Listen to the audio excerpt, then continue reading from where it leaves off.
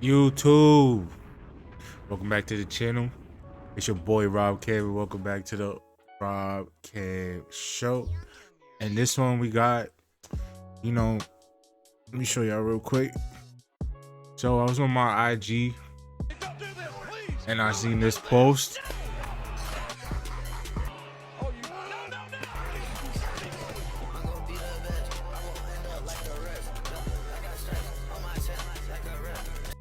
So with that being said, we are going to react to one of the most savagest tag team to ever be assembled in Rated RKO.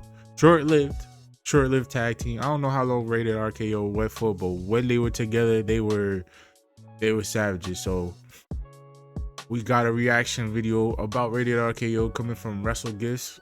Subscribe to his channel, leave a like on his video. The video will be in the description below. And subscribe to Rob Cam. You already know, somewhere up here, wherever it's about to pop up.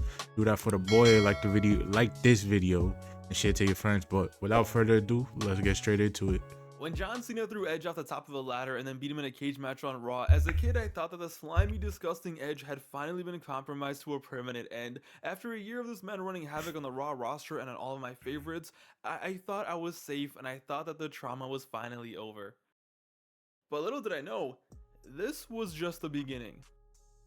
In October of 2006, 1 week after losing a cage match for the title against Cena, thanks to the interference of DX, Edge came on Raw and extended his hand to this man, the legend killer Randy Orton, a man who had also been carving out his own career of savagery, but after a disappointing 06, with Edge looking at Randy like a kid in the candy store, he gaslights him into believing that DX and Triple H were the reason why his career was going downhill. Randy believed it, and on that night, these two joined forces and formed one of the deadliest tag teams of all time, Rated RKO. And despite only being a tag team for less than 6 months, despite only being created so Yeah, short-lived, definitely. 6 months is crazy. I thought they were a little longer, but yeah, these two together.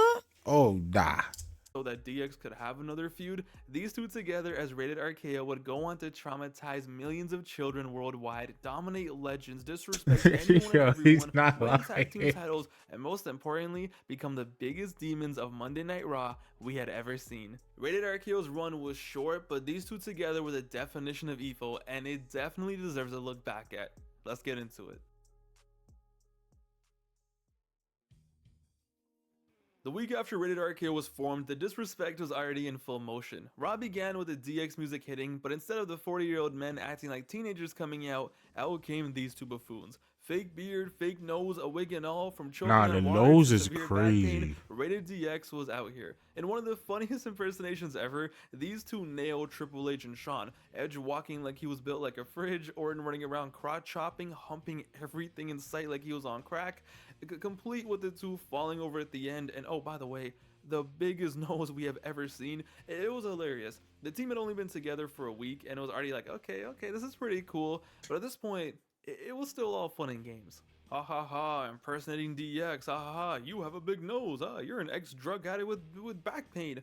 But what made Rated RKO special was every single week from their inception, from right here, they got crazier and more evil until it reached a point where these two were just full-blown Al-Qaeda. But yeah, at first it was all fun and games, from impersonations to finessing out wins in one-on-one matches. These two slimy idiots. Yo, I really want to know why they didn't give them at least like a good year together, bro. Like these two motherfuckers was devious as hell, bro. As usual, would always find a way to get the better of DX, whether it was because of interferences or because Edge was a referee for some reason. They found a way to mess with DX in a way that no other team had been so far in this run. And it was all leading to Cyber Sunday 2006, where a tag team match was gonna go down with a special guest referee of the fans' choosing. And for all intents and purposes, this was supposed to be the night where Rated RK was finally gonna be put up to the test. DX was pissed going into it. I mean, HBK was literally walking around kicking NPCs backstage before the match. And as a kid watching this, I remember it was like, yeah, DX is gonna kill these clowns, because despite them messing with DX every single week, it never felt like they were gonna My son was back there kicking Stan, aka Sean Spears. really win or be a challenge to DX. I mean, it was DX.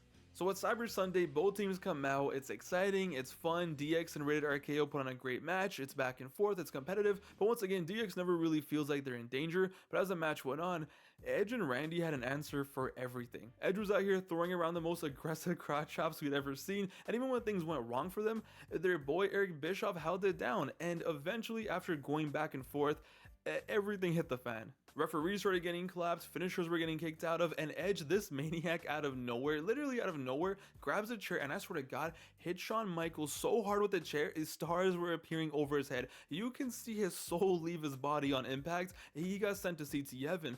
And once HBK was out like a light, it was basically no disqualification, chair in the ring, RKO on the chair. It becomes evident on this night that these idiots love chairs. They're basically horny for chairs. And despite it being all fun and games, Edge and Randy get the 1-2-3 and they actually beat DX at Cyber Sunday. Shawn Michaels was out, Triple H was cooked, and these two slimy bastards did exactly what they said they were going to do, and they beat their oppressors. It was a great match, it was a great moment. Now, you would think that after this, they got their job done, they teamed up, they came together, they beat DX, they beat their oppressors, time to go back to doing their own thing, time to move on. But nah.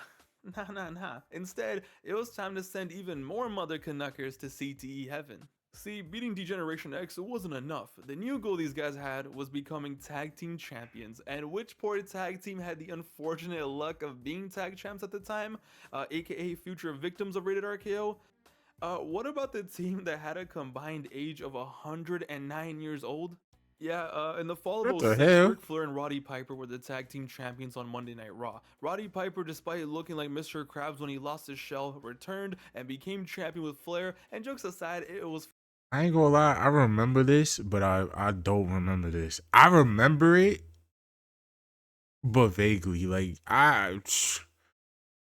what made them want to do this? Like, look at Piper. That man look like look at Flair. Flair continue on after this point too, like well beyond after this point. But damn. fun. It was a nice feel good story. Piper was about to die.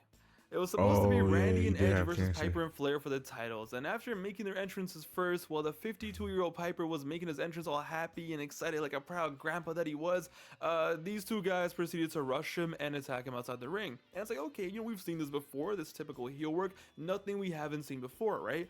Oh look, here comes Flair to help him out. They bash Piper's brains in. Yo, these two freaks assassinate Roddy Piper and just leave him there. Flair runs to him like, oh my god, what happened? He grabs him, he's trying to bring him back to life.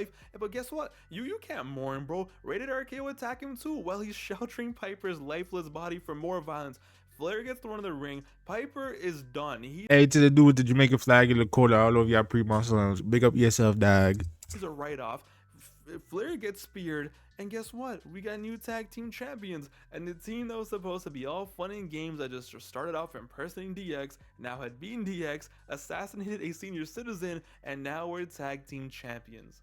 DX wasn't even in the arena, so they couldn't hold it down for Flair. It doesn't matter. Rated RKO was in the cut, and it was most definitely a scary sight.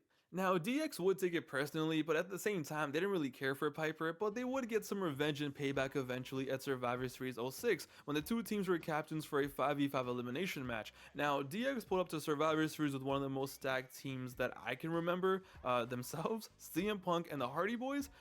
The issue was Edge and Randy didn't really have any friends. I wonder why. So they had to pull up with probably the most useless supporting cast you could ever imagine. What the hell? Johnny Nitro, which is fine, and Gregory Helms and Mike Knox.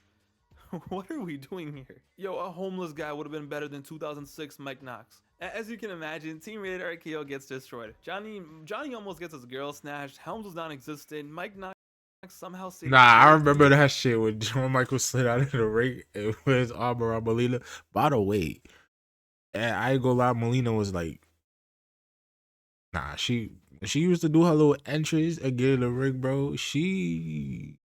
I was like my first wrestling crush. She was fire. I ain't gonna lie. years after this, She's still and fire, but Randy and back then Edge she got was. embarrassed. They tried running away. They tried everything they could. They ran for their lives, but they couldn't do anything. Both of them got brought back into the ring after all their boys got eliminated, and they got embarrassed. But at this very precise moment, DX might have had their fun. Ha ha ha, we embarrassed you on pay-per-view. But this was the moment where everything changed for Rated RKO because let's just say they took it personally. This is the exact moment where it went from haha, it's all funny games to demon time, because after this, after getting embarrassed by DX, nobody was safe. The next night on Raw started off just like any other episode and featured a fun 6-man tag match with DX teaming up with their hero, basically teaming up with their dad, Ric Flair, against the Spirit Squad. And to open up Raw, That is DX and crazy. Flair have some fun. They style, they profile, they woo, and they pay homage to Flair and they get the win. And it basically felt like Ric Flair Appreciation Night. And don't worry, Ric Flair is about to get appreciated. Yeah, he's about to be a depreciating asset. So they have their fun, they do their thing, they're hugging and kissing, and DX and Flair, they tell the world that they're gonna go out and party afterwards. They're gonna go out to the club, they're gonna go for a night on the town, they were gonna party like it's Are 1985 all over innocent, again. Alright, no dusty. problem, you guys have fun. We'll just sit here and watch Monday Night Raw like the losers we are. An hour or so after DX and Flair had left the arena, as far as we knew, Edge came out for a new segment of his cutting edge talk show. And you already know, nothing ever good happens when the cutting edge is out. Edge promised us a very special guest, a guest that is an honor to have on the show. He does the introduction, but nobody comes out. He waits, he waits, he waits, and more introduction, nobody comes out. And then all you see is Randy Orton in the corner of the stage saying, "Hey Edge, I found him. He just needs some help to come out." Okay. Edge walks over to the arena, and these maniacs, these demons, these two of Satan's greatest soldiers, drag out Ric Flair. Ah, Ric yo, Flair I coming out. dead remember this, bro. Yo, they violated my son, bro. Oh my, I dead remember watching this, bro. They dead just said, Randy was like, yo, I need help. Niggas dragged him out. My son was bloody, bro. Oh, yo, I dead remember that. Shirt basically out with so much color, you would have thought the Kool-Aid man combusted on him. He gets dragged out across the arena, barely moving, no signs of life. This 57-year-old man, I repeat, this 57-year-old man had already been massacred, drenched. He was basically dead. And these two savages, these two monsters, they decided that wasn't enough. They hit him with the concerto face first, live on TV. Thousands in the arena. They kill Ric Flair in front of the entire world. Yeah, no joke. This was the most violent, the most foul shit I had ever seen watching wrestling as a kid. It was one thing when you watch a wrestling match and a wrestler gets clapped during the match, but this was next level. It gets to the point where it's like, how was this even allowed to be done? Ric Flair is dead. Congratulations. Bro, what do you mean? This was prime. This was top tier wrestling. This is before PG era. Look at this nigga shirts. This shit says sex and violence, bro. Like, bro, we was in the golden age or the last of it. But it is with that shit to come back, it's not gonna come back. It's too many kids watching, and it's just like they not gonna do all that shit. Flair's dead Or and this. without a body. But at this moment, Rated RKO gets even more cemented as straight up demented, because up until this point, it was mostly the Edge show. You know, Edge was clearly the leader of the group. He did most of the work. He was the one behind all the evilness. But now it was time for the evil to be infected into Randy Orton. It was time for the Venom goo to get into Randy. And it just reminds me of when Edge made this face when they first formed Rated RKO, and it all comes full circle. With Flair already out, Edge gives Randy the chair so he can hit him one more time for good measure, fully converting Randy into a straight up psychopath. And what does Randy do? What does Randy do with the chair? He hits him one more time, shout out to Britney Spears, and he makes spaghetti out of Ric Flair's brain. Rated RKO had officially become the biggest demons on Monday Night Hey, I ain't gonna lie. Edge probably the reason why Randy Orton got voices in his head. Raw, giving us one of the most That nigga, y'all don't understand. Edge used to be on some shit, bro. I think he's like over time, like even this point between the two of them, it definitely helped Randy too. Cause after this is when Randy Orton started to really hit the main event scene. 2006, 2007, with his feud with Cena, all that shit. So it honestly, you have to credit Edge into helping Randy Orton get to that main event. Not helping, but because Randy Orton was there previously when he was younger, but getting back to it, I should say, is why I feel like Edge is the reason why this nigga has voices in his head. Even though that's crazy. Pause if needed, though. wild, vicious attacks we'd ever seen. Jim Ross was about to have an aneurysm. Jerry Lawler was beyond shook, and then like nothing happened. Like true psychopaths.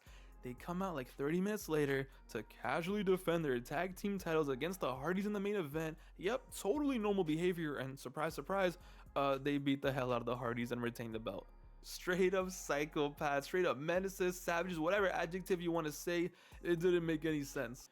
But after this, it was like, okay, next week when DX returns, it was gonna be a wrap, right? Once DX gets a hold of these two, there's gonna be nowhere to run, nowhere to hide. Rated RKO was finally gonna catch it. So to open up Raw the next week, it was an 8-man tag match. DX and the Hardys versus Rated RKO and Eminem. It was time for Rated RKO to pay. Edge found a way to win. Bro, what See the what I'm fuck? saying? They can't go back to this era because my son's wearing a jersey that says 69 and suck it on the front of it. Come on, bro. Every week, this team, yeah, They they might can't have go gotten back. embarrassed at Survivor Series, but more often than not, every single week, they found a way to win. They found a way to catch a body. They found a way to make DX look like a bunch of goofs. And after this, Rated RKO said they're done with DX. We are done with the 90s. We are done with DX. It was over. They did what they wanted to do, and they were going to move on to bigger and better things. And can you really blame them?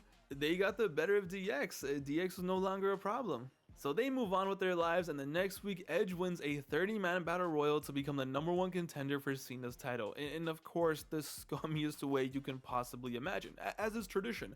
But when that title match takes place between Cena and Edge, despite Orton doing whatever he could to ensure Edge would win, including doing this, that's when DX confirms, nah, it ain't over, we ain't done, you still have to pay for what you did to Flair. They cost Edge the title, Cena retains because of DX, and the beef is back on the plate. And as Raw goes off the air with Edge literally having a mental breakdown and Randy Orton trying to console his older brother, at this very moment, DX up. By getting involved in Edge's title match, the demons once again were back on the hunt, and you thought what they did to Flair was bad? Rated RKO was about to commit war crimes. The next week on Raw, at first, it was just a normal, typical 6-man tag team match in the Raw main event, where the competitors of the two biggest matches for the upcoming pay-per-view were thrown together in a TV match. It was Umaga and Rated RKO versus DX and Cena. And that's what it was for a while, a typical TV match. But towards the end, things got a little crazy. Cena and Umaga start brawling, and they end up in the stage area, right? The match is falling apart. They're in the stage area. The stage starts falling apart. Cena and Umaga are out of the picture, leaving us once again DX and Rated RKO. And at this point, you're like, okay, Edge and Randy are probably going to finesse a win somehow, setting up the pay-per-view match, adding some heat to the match. We have seen this 100 times before. Nah. Instead, once they realized they were alone, it was time to commit some casualties. The tag team match, the referee, Edge grabs a chair, his trusty old reliable chair like SpongeBob has his jellyfish net, and he sends Triple H straight into the fans. He goes back into the ring, and to truly add insult to injury, these two do a double RKO on the chair to Shawn Michaels. And it's like, okay, that's pretty cooked, pretty cool ending to Raw, but nah, we ain't done. Triple H tries to get back in the ring, and he gets sent flying to Africa, and these two just go off. Triple H is like lying on top of Jim Ross, nobody cares. Randy Orton literally sees red and is Lawler trying to grab Randy that we have never seen him enter before. Yeah, the same man who did this to The Undertaker was somehow even more cooked. Here's Johnny, here's Randy. Randy is going off. Jerry Lawler is trying to get Randy to stop, but that's not gonna work. Edge gets the chairs, places on the table, and with this look on his face, boom, headshot plus 100 XP. I forgot Randy did that to The Undertaker. So I take back my statement. Randy already had voices. I think Edge just fucking magnified it in the sense. Like he helped it. I told you they were terrorists, but that wasn't enough. It's Randy's turn. He wants to impress his older brother.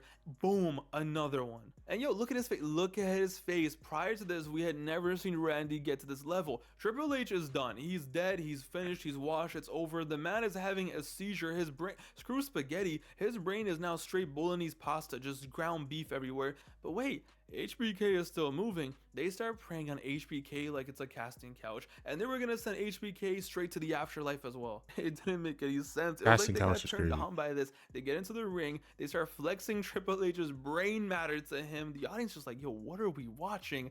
And right before they do the deed, luckily the trainers come out and save them. And Monday Night Raw ends with the most disturbing ending we had ever seen, and it was all thanks to these two. I will never forget this. I watched this live, and I also watched the Ric Flair one live.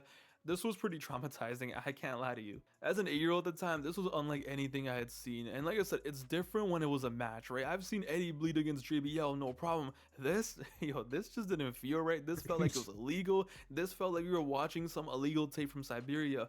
But these two together, at this point, they'd only been together for 2 months. They reached legendary status in the most foul way. After this, they were cemented. No matter what happened after this, these two crowned themselves as demons. And it was perfect because it was Randy Orton and Edge. No two other wrestlers on the entire roster could have done this and came off looking like this. And this all led to a wild match at New Year's Revolution, DX versus Rated RKO. And boy, was it wild. Because despite that match going down and nothing going to plan, despite Triple H literally tearing his quad in the match, HBK went so berserk and put on a performance of a lifetime and single-handedly improvised the match on behalf of his team and got it back in blood for DX. After months of Rated RKO avoiding the payback, they finally got it dished out and HBK put on a legendary top-tier performance. Rated RKO finally got clapped. They finally got what's coming to them. HBK went off. Triple H with a torn quad and everything, who ended up missing 8 months of action, still had a pedigree on the announce table. Finally, DX finally got the revenge on Rated RKO. But what was funny though, the next night on Raw, despite looking like this, despite what happened the night before, they still technically won the match by DQ and told the world that they still were technically tag team champions, and like the amazing heels that they were, they told the world that, hey, we still won the war because we made Triple H tear his quad. These slimy little bastards. They still found a way to win the war, and what a time it was to be alive. For those 2 months when Rated RKO and DX were going at it, it was some of the most electric yet wild TV I had the pleasure of growing up watching. And I remember So Triple H going out is basically the reason why they probably separated them as a tag team, because I feel like this feud was supposed to go on for a minute, but since that happened, you know, this stuff live every week, I'm like, damn, like, is this what the Attitude Era was like? You just had to have been there. As evil as they were, as much as I hated them and my friends did, they just had this aura, man. They had so much aura, so much so that me and my friends used to give each other concertos with pillows because we wanted to kind of be like them, even though we hated them at the same time. It made no sense. These two brought so much violence, so much disrespect, so much sliminess. I mean, nah, they was on demon time. SmackDown during this point. They were unhinged, but it was amazing. In 2 months, they cemented themselves as a legendary tag team, and honestly, shout out to DX for holding it down. They definitely elevated them. This was just perfect timing and perfect in every way. After losing the title in Edge's case, and after having a pretty lackluster 06 after Mania for Randy Orton, this certified them. And I think there's a reason why 07 ended with both of them as champions, and you gotta give it credit for the work they put in with Rated RKO to really elevate them to that level. Rated RKO though did not end in New Year's Revolution. They did their thing for a few more months. They tried winning the Rumble together. They tried winning the Money in the Bank together. They tried remaining champions after this, but it wasn't the same, because after this, it kind of became the whole can they coexist storyline. And as you can expect with these two egos, they definitely couldn't coexist. And a few months later, it all ended in a one-on-one match between them after they both failed to win the WWE Championship, and they went their separate ways. The second half of the run was fine. They still had some great moments, and they were still savages, but they weren't really together like that. It's the first 2 months though, that's what makes it special, and that was generational. Literally Al Qaeda terrorists. So yeah, they were only together really for 4 months. They were only one-time tag team champions, and yeah, they only had 2 pay-per-view matches together as a team. But yo, the impact they had, the memories, the moments, just generational. I'm surprised it took me this long to cover this team, but once again, what a time it was to be alive. You really didn't know what they were gonna do next and how far they were gonna push it. What a special time. Oh, and like I said, even though I hated him as a kid, yo, of course, when we used to play fake wrestling in the schoolyard, yeah, every now and then me and my boy would team up and be Rated RKO. I can't lie. But yeah, in the comments down below, let me know, what are your memories of Rated RKO? What do you remember watching? What do you remember witnessing? What were your reactions? Were you a fan? Were you traumatized? Were you all for it? Let me know down below. Yeah, this was a really fun time, and I really hope you guys enjoyed the video. It's your boy Pav. Hope you guys enjoyed this showdown memory lane. I will catch you guys with the next one very soon. We're gonna have a big March. Don't worry, I promise. See you guys very soon with the next one. Oh, indeed, we are. We are. Later, guys. We are gonna have a big ass March. Especially me. Yo, shout out to Wrestle Gifts for the video. It was a good video. Yo, Rated RKO, man. I wish it lasted a lot longer than it did. I would have liked to seen them. I would like to have seen them go against the Hardys, and if DX got back to that point at a certain point. There's a couple of tag teams they could have went after during that time, just to give them more like of a full burn with the tag team, because like he said, it was like technically 4 months they were together. But I feel like Triple H turned his squad kind of like they had to change plans a little bit during that time. But great video. Of course, go subscribe to Wrestle Gifts and leave a like on this video. It's in the description. Subscribe to your boy. Subscribe to your boy. Subscribe to the Rob Cam Show. Leave a like on the video. And as always, keep doing your thing and make it make sense. I see y'all. Oh shit! I see y'all in the next one. Peace.